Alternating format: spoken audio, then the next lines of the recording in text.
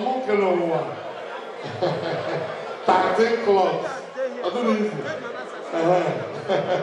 Oh, Eboma, Onyenze, the oracle of money. About what you look at when you big.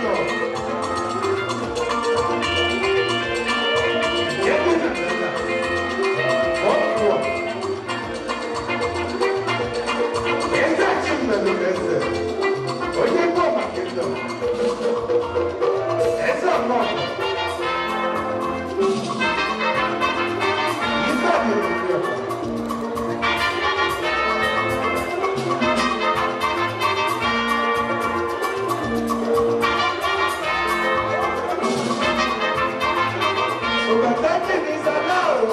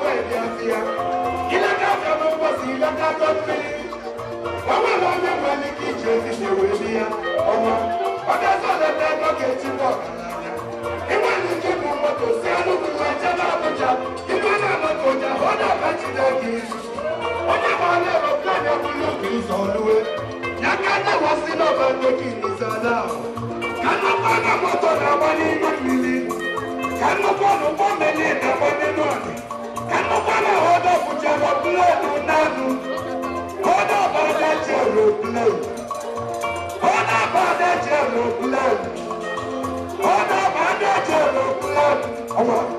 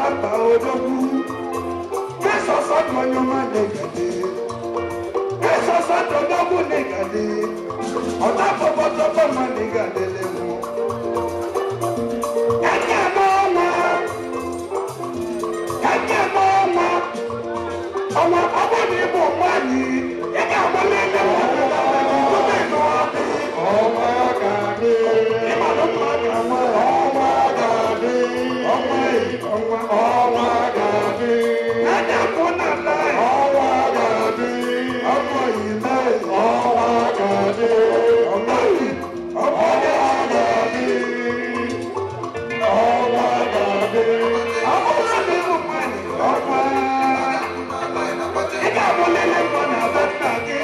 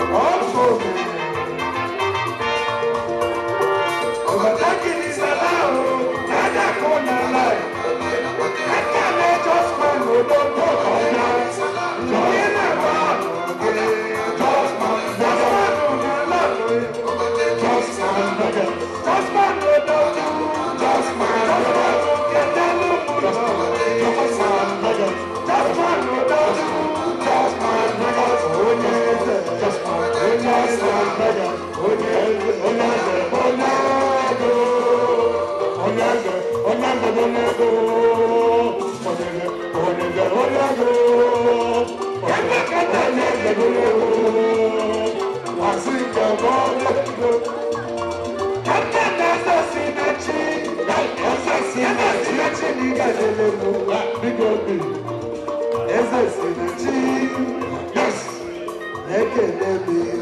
Yes, the artists. They got the thank you. Thank you. Thank you, Megas. Thank you very much. Thank you. Thank you. Jamino. Where's Jamino? Jamino, too much money. Jamino, nigga. Alice, yeah. Another Alice is here. Alice, don't have the money. Big up to you, Alice. Bring. Thank you. Megas. We love Megas. At this point, it's my honor to hand over this microphone to our able president, Emeka Morroco. Please, guys, throw that because we're going to take a picture. Yes. Megas have done so well. Megas did very well last night. Megas did so well today. Jamino, Onyevolo Jamino, Keneya, Onyevolo Jamino, Keneya, Jamino, Karaka. What of Nanoma is the one who are it's even Langini, where you are married, okay, what is Jamino Limited, yes, we love Jamino. He sent his wife all the way from Nigeria, woman was first class, went back last night to display on this wedding on behalf of Jamino. Ladies and gentlemen, hey, see the dog, go Libano. Onyevolo Megas can never. Onyevolo Megas can never. Megas Karaka. We love Megas. Megas and look good me. One never get the lack and the apple bevan and one neck at yes. See, Passicia.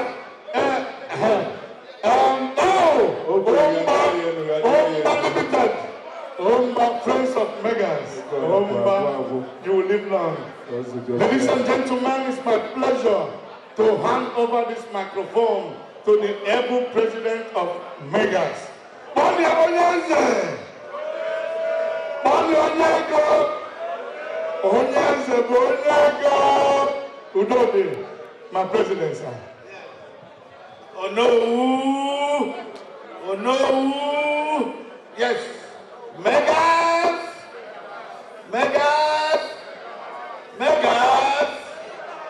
Yes, what you're witnessing this morning is a continuation of what happened last night. Megas performed. Wherever you have Megas, you have the floor illuminated with some greens like we have today. This is the work of Megas. Now, I have to address the celebrants. Chimumeremueze and his Lolo. God has shined his grace on this relationship. And they said, what God has put together, let no man put asunder. We wish and we pray that this will be a sustainable relationship. No evil shall see or touch this relationship in Jesus' name. You have been blessed.